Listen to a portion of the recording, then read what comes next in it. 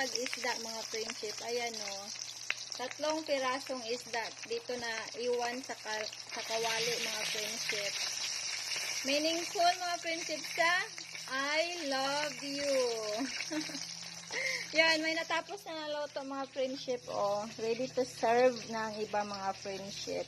So, hintayin na lang natin tong 3 piraso na iwan mga friendship na hindi pa luto. Pero malapit na rin to maluluto mga friendship. Yan. Ano natin, iayos natin mga friendship. Ayusin natin. Yan. Paluto na siya. Tapos itong rice natin mga friendship. Oh, wow! Luto na yung rice natin mga friendship. Okay? Habang hindi pa luto ang isda mga friendship, dito naman tayo sa inihaw na manok. Babalik ta rin natin ito mga friendship. Yan. Para hindi mapagod. Hindi mapagod yung manok natin.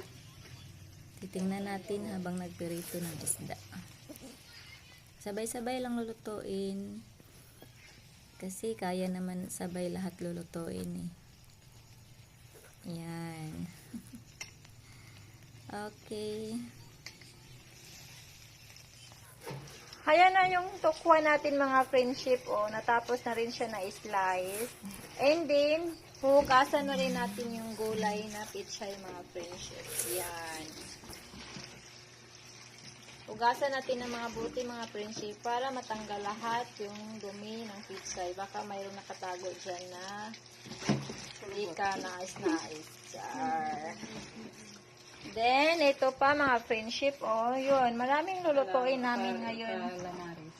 Ito yun mga friendship. Ang recipe nito is calamaris mga friendship. Okay, natapos na rin siya na slice mga friendship. So, lulutuin na lang din ito mayang-maya mga friendship.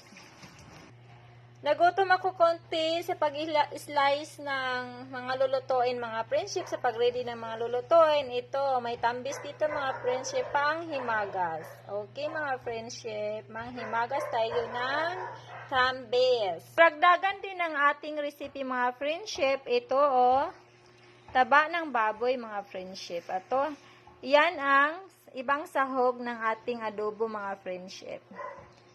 Yan. Mayroon pa dito mga friendship, Yan. Chicken. I-fry ito mamaya din mga friendship. Marami kaming recipe ngayon today, friendship. Okay, mga friendship. That's all for today. Thank you for watching. I love you. Bye-bye.